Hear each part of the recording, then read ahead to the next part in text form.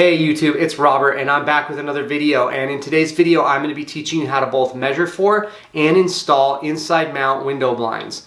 And this is a project that I consider to be a relatively easy one if you like DIY projects, but even if you're looking to have this ultimately done by a professional company, I'm going to give you a lot of good information that you can use to understand some of the terminology in terms of window blinds, as well as even being able to get basic window measurements so that when you do go to the supplier, you have a lot of information you can provide them, and you can speed up the process and potentially even save yourself a trip charge to have somebody else come out and measure for your blinds just for the purpose of giving you an estimate. So I would say at a bare minimum, you're gonna get all the information you need to be able to get a pretty accurate estimate from a company before they come out and do a finalized quote.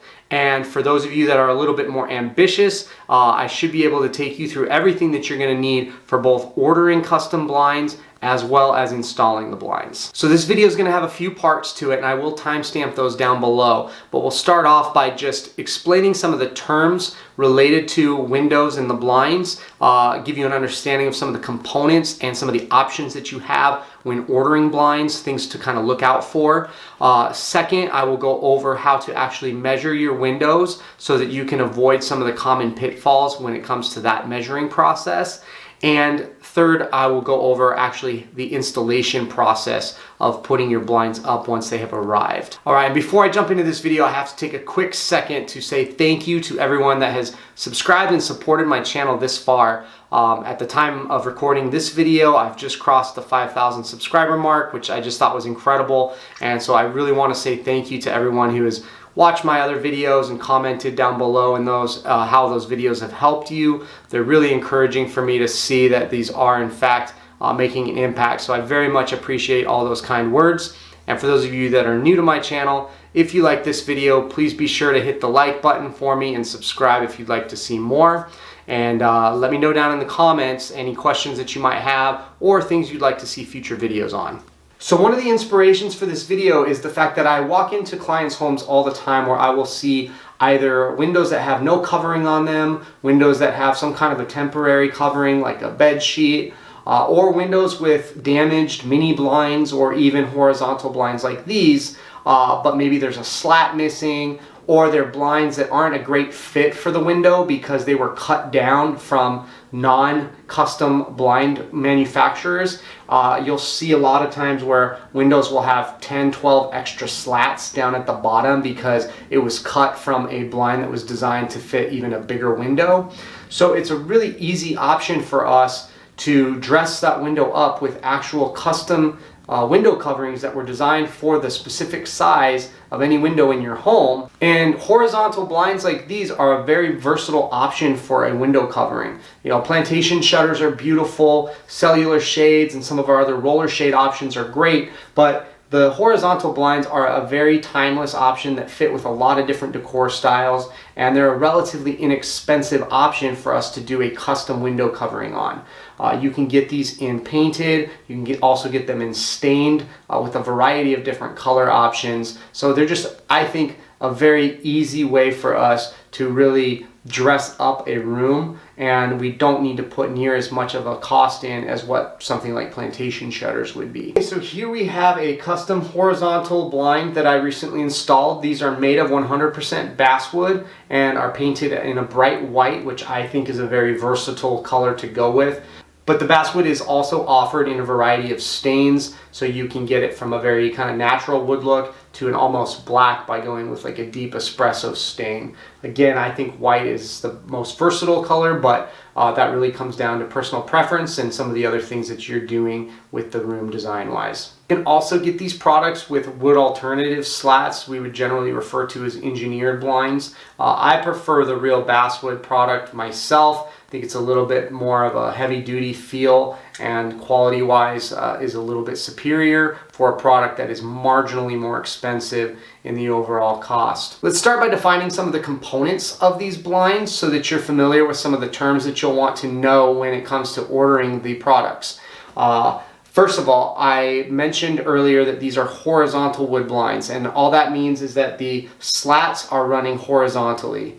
Vertical blinds, exact opposite. You're going to have blinds that are running vertically. So that might seem very basic. I don't want to insult anyone's intelligence there, but it could be something that, you know, not everybody's familiar with. So that's all that means. We're dealing with blinds that are running left to right, not top to bottom. So first component we'll discuss here is these slats, which are the individual pieces that we can adjust, open, and close on our window. Like I said, these particular slats are made of 100% basswood. These slats are also what we would call a 2-inch wood slat, which is the width of each individual piece. That becomes important because with a lot of your manufacturers, you will have options in terms of how wide you go. Some of that is dictated by the window and how deep your window is. So these are 2-inch wood slats, which is a very common and traditional size for a horizontal window blind. So our next components that we have here are going to be our cord pulls, which operate the window opening up and down, as well as the ability for us to operate the tilting of those individual slats. So on this particular window, I operate it with 2 different cords. The first mechanism is to lift the window up and down with my cord on the right side, and on the left side I have the cord that operates the tilt function of it. You, depending on the company, may have the option of putting those on the same side, where you can choose, you know, left side, right side, or both on one. You also generally will have the option of using a cord pull for the tilting mechanism, or using a tilt rod, which would be a wood or plastic rod that comes straight down that you just twist to actually open your slats. And then some manufacturers may even give you an option of a cordless feature for lifting the window up and down. Some of those you can simply just lift them and even leave them at any particular height that you might want. Cord is probably going to be your traditional option for operating the window. All right, so then up above we have the valance, which is this decorative piece that is actually hiding the headrail where all of the mechanical components of this blind are operating through. So if we go ahead and just pop our valance off, we can see we have our headrail. Now, again, important side note, I did mention earlier that this is an inside mount window blind we are dealing with today. And so what that means is that the entirety of this window blind is inside of our window. My actual headrail is mounted inside the window, as opposed to it being mounted out on the face of our wall. And that particular type of product we have to measure for and install a little bit differently. So most of your window blinds are going to be an inside mount install, and that's what we're focused on today. So again, our headrail is up above here. That is mounted and installed using these 2 brackets on the sides. And all of our components that operate this window are inside this headrail here. So we won't need to get into too much of the technical elements of operating of a horizontal blind. This isn't a how it works video, but for the purpose of you knowing what to specify that you want to your provider, you'll want to be able to tell them what your wood slats are that you want. If you want a pull operation versus a tilt rod operation, if you prefer to have those 2 operations on the opposite sides of the window, or if you want them to both be on one side of the window, as well as if you have any particular specific valance that you want installed in front of them. They'll most likely have standard options for that, but it's something that you can bring up to ask if there's other options or if there's something that would work better for your particular window. Alright, so we've got our window ready to take our measurements here, and I've got this makeshift cardboard screen on here just so we don't get reflection off the glass while we're measuring this. But the good news is we only have 3 dimensions that we really need to worry about when we're taking our measurements. However, we are going to measure the window in 3 spots for each of those dimensions. So we have our depth, our height, and our width. And for each of those, we're going to take it in 3 different locations. Starting with the height, we're going to go ahead, we're going to measure inside of the sill on the left-hand side, on the center, and on the right-hand side.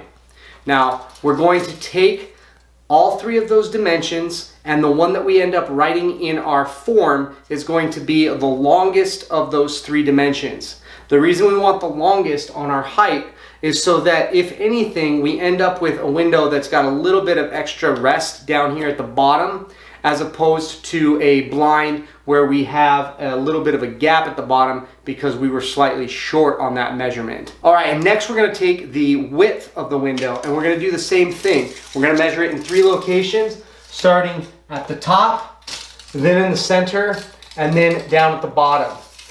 We are taking all 3 of those dimensions, and for the width, we are going to write in the smallest of those 3 dimensions. And the reason for that is, in terms of the width, if we're gonna err one way or the other, we want it to be slightly smaller as opposed to running the risk of it being too big and actually not fitting inside of this window. Again, this is for an inside mount installation where we're actually having it inside that windowsill. We can't be too big on that width dimension. And then last, we will take the depth of the window starting from the front to the back. Again, we will do that on the left-hand side, in the center, and on the right-hand side. And we will take the smallest of those dimensions as well, because again, we need to make sure that we don't have a blind that's too big inside of this from the front to the back when we start deciding on which slat size that we want. So we need to make sure that we have a minimum amount of clearance for our blind to be properly installed. All right, so that you guys can see, when I take my tape measure and I'm running inside the window here, we are measuring this window and we are right at about 47 inches, slightly creeping up the wall. So I really want to make sure I'm looking at the hash mark that is in the crease of our windowsill, which is actually going to be 46 inches and 7/8. And again, we are going by 1/8 of an inch measurement here. So I want to make sure that I'm as accurate as possible on that. With the width, again, if we're going to round up or down, we want to round down on that measurement. And then for my height measurement, when I come down here, again, if I have to round one way or the other, I want to make sure that I am rounding slightly up. In this particular instance, I'm right at about 34 5/8 of an inch. So it's real close between 34 1/2 and 34 5/8. For the height, I'm going to round that up to the 34 5/8. But again, we're going to do this in all 3 locations of the window. And then lastly, just to show you from another angle, the depth of the window, we're going to take that measurement from the window frame all the way out to the front of the windowsill. In this particular case, we're at about 3 inches and 1/8, so I know I have plenty of clearance for my 2-inch wood slats. All right, so that's all there is to it on the measuring portion. All we need is a tape measure, a piece of paper, and a pencil. If we can get a measure form from the actual supplier that we're looking to use, that's a great tool to have. It just makes it a little bit more straightforward in terms of putting the measurements in the format that the blind company likes. But if you don't have that and you just want to crudely be able to provide the measurements with each window, then that's all that there is to it. All right, so we've ordered our blinds, we patiently waited, and now they finally arrived and we are ready to do the install. For those of you that are looking to have a professional install it, this part of the video is not going to interest you, but for those of you that are planning to install these on your own, you're going to be very pleasantly surprised that this is a relatively straightforward process. Most windows won't even require more than 1 person to install them, and they really don't require a lot of tools. So we'll need a pencil, we'll need a drill and a bit for drilling our pilot holes, as well as a bit for screwing in the actual screws.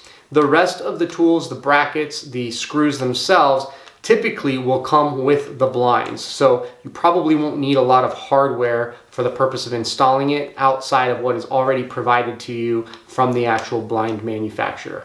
All right, so typically when you order blinds, each blind that you order is going to come with all the components necessary for the installation of that blind. And if you labeled them based off of the windows that you're going to be putting in, they should be relatively easy for you to just separate, kind of put near each window that you're going to do, and just go from one window to the next. So you're going to unpackage that. I strongly recommend you be very, very careful when you are opening the package up to make sure that you don't run a pair of scissors or a knife through any of the cords that operate the windows. I've seen that happen multiple times for people, whereas they were opening them, they actually cut one of their pull cords off, or they cut through part of the operations of that window. So be very, very careful not to do that when you're unpackaging your blinds. So we've set our blind aside and we're focused really just on our brackets at this moment. We're gonna have one that's gonna be for the right-hand side and one for the left-hand side. With this particular manufacturer, you can actually see that they have RH and LH for left hand, right hand, so we don't get those screwed up. We're also going to want to make sure that we have our little opening facing the outside of the window so that our head rail can just slide right in there, and then we'll lock it in place when we do our final mount. So coming up to our first spot where we're going to mount the first bracket, I'm going to bring and make sure my top is positioned nice and tight up against the top of the windowsill, and then that this little recessed portion of the front of my bracket is in line with the front of the windowsill. And I'm just going to mark with my pencil inside our holes for the purpose of not having to hold this bracket there while I drill into the wall. For those of you that haven't drilled pilot holes before, a pilot hole is just an initial hole that we're going to drill into the wall that's going to create a hole for our screw to go through. And we want the pilot hole to be just ever so slightly smaller than the actual screw that we're going to drive into that. And that just helps for it to guide the screw a little bit more. We want to make sure that it's smaller so that the screw actually is still creating a little bit of that hole and actually grabbing. If we go too big, then that screw's not going to hold into anything. So we want to take a look at the screws that were provided to us, find a drill bit that basically looks to be about the same. So here we've got our screw, and you can see the thickness of that versus the thickness of our drill bit. So we have our drill bit there and our screw, and the drill bit that corresponds with this screw is a 1/8 of an inch drill bit. So once we've drilled our pilot holes, then we're just going to grab our screws and our brackets and we'll drive those through the pilot holes, and that will finish the bracket portion of the installation. We're almost done. All right, so we've got our drill bit into our drill, and full disclosure, I've already installed this window, so I am not drilling a fresh hole in here. I've already done this install. I've taken the window down so I can walk you guys through the process, but I don't want anybody to feel like I'm misleading you that I'm actually installing this for the first time on this video. So I just want to take my drill bit, find my pencil holes, and then make sure that I'm driving it in straight through. I don't want it to be at an angle, but I'm going to take that through, start it slowly, and then drive it through, speeding it up as I get a little bit deeper in. I can clear that out, and then I go to my other pencil holes and I repeat that process. So once I've done my pilot holes, I'm going to take that drill bit off. I'm going to take my screwdriver head and put that onto my drill, and then I just need my bracket and my screws. I'll start by lightly pushing my screws through my pilot hole a little bit with my hands, just so that I have enough for them to kind of hold themselves in place. It'll make it easier for me to drill it by myself. So I'm going to grab my bracket and my first screw. I'm going to get it into place, and I'm going to line my screw up with that pilot hole. I'm going to try to push it with just a little bit of my finger here so that I have a easier time holding it in place while I start my screw driving of that first one. So I get it positioned over my hole. I get my drill, I get my screw pushed in just enough so that I can kind of manage to hold that in place while I get my screwdriver out and drive in my first screw. Now once I've got that, I can still move it just enough. I don't want to tighten it so much that I can't wiggle it if I need to get the holes lined up properly for my next screw. But you can see at this point I don't have to hold it anymore. So then I'm going to go ahead and get my other one done.